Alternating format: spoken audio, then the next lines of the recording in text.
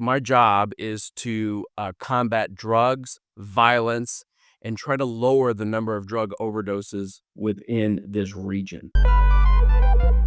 U.S. authorities say the best way to continue the combat against drugs is for agencies and departments such as law enforcement and health department come together in a collaborative effort. That way we'll see better results in our communities. Andre Williams, the Gleaner, Kansas City, Missouri. Before I took this position, I worked for the DEA. I was a special agent for the DEA. My last assignment was I was in charge of Las Vegas, Nevada, which I'm sure you've all want to go or been there to Las Vegas, because what happens in Vegas stays in Vegas, right? Anyway, that kind of a little bit of my background. I lived in Mexico for a little bit also in Monterrey. Anyway, I'm retired from DEA after 27 years. After that, I took the position as the Midwest HIDTA Director. HIDTA stands for High Intensity Drug Trafficking Area. I've been in this position for about 4 years. And so what I thought I would do today is you have a folder in front of you. And what I thought I would try to do in a very time restraint position of an hour is kind of explain to you what HIDTA is and how it functions within the United States. So like I said, HIDTA is high intensity drug trafficking. There are 33 HIDTAs across the United States, okay? And just to kind of put it in perspective is that you have the President of the United States, Mr. Donald Trump, right? Well, under the President of the United States, you have a program called Office of National Drug Control Policy. We have a drug czar. Right now, we have a nominee. Her name is Sarah Carter. She's going through the process of becoming confirmed. And under Miss Carter, you have two programs. You have Drug Free America, and then you have HIDTA, which is where I fall under. And throughout the United States, there's 33 HIDTAs, okay? And you may be like, okay, well, what is that? We're going to get into that, trust me. So I'm one of 33 HIDTA directors throughout the United States. And I have this map here that I kind of can show you. I have 6 states throughout the United States. I have the largest landmass area for the United States, and I have about the 3rd largest budget. So the total budget for HIDTA is about $295 million, okay? Out of that $295 million, I get about $16 million of that, okay? So I have the following states. I have North Dakota, South Dakota, Nebraska, Iowa, Kansas, Missouri, and then little parts of Illinois, the eastern part of East St. Louis, etc.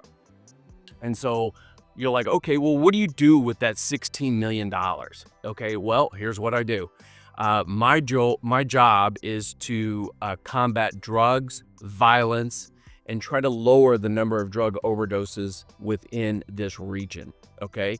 So within this region, I coordinate with North Dakota State Police. I coordinate with Kansas City Police Department. I coordinate with St. Louis. I coordinate with about 70 different agencies or so, more or less, and I coordinate and I provide them money to go out and either buy drugs, facilitate overtime, equipment, the necessary things that they need to go out and do their job.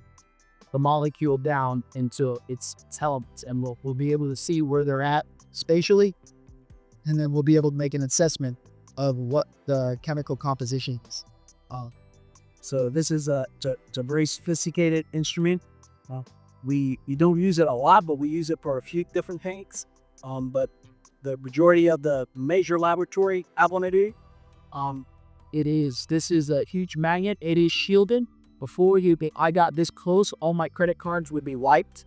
It is still up to, if you have a pacemaker, you still need to be careful. However, it is shielded, so it doesn't have that on the same effect. But as you can see, the robot is removing the sample. It's very similar in terms of like in a liquid, but everything here is deuterated. So what it means is that there's a hydrogen, an extra hydrogen. Yeah. So briefly, I'll just explain some of these. All of these are primarily fentanyl. There's some nitazenes staples in here. There's also a fentanyl with xylazine on some of the other ones. Some of the kilo bricks over there are cocaine. You also have the crystalline substance here. This is methamphetamine. It's usually over 90%. was pure methamphetamine, and all of the deaths that have occurred because of the epidemic of fentanyl. One of the things that a lot of these young people, older people, there's really no discrimination with fentanyl. Is a lot of them didn't know what they were taking, and that's just tragic. I mean, sometimes people make mistakes, but I don't know if death was always if everybody should suffer death through a mistake. Because I know I've made some mistakes in my life, but this is kind of a representation of that. It's for guests who come in, and it's also for our staff to remind them that what they do for a living, it actually makes a difference, because we're trying to prevent this. So when we get underway, we are ready for every mission that we could be asked of in the Southeast Coast Guard District. That includes search and rescue, maritime law enforcement, emergency management, disaster response. So we're ready for it all. Obviously, each one of those takes a different capability level of training from the crew. So we are constantly training in port. We're all constantly kind of ready for on to the next one, so we can get underway. Sometimes we get underway, we are not even outbound to sea outside the Miami Channel, and we are already mission ready, involved in law enforcement or search and rescue. So that takes a lot from the crew to prepare.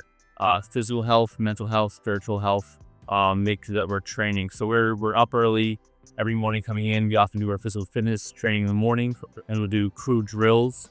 We're lucky, to answer your question about meals underway, Coast Guard has some of the best cooks. We do eat well underway. They fuel us for the mission, so we're ready to answer the call no matter what it is.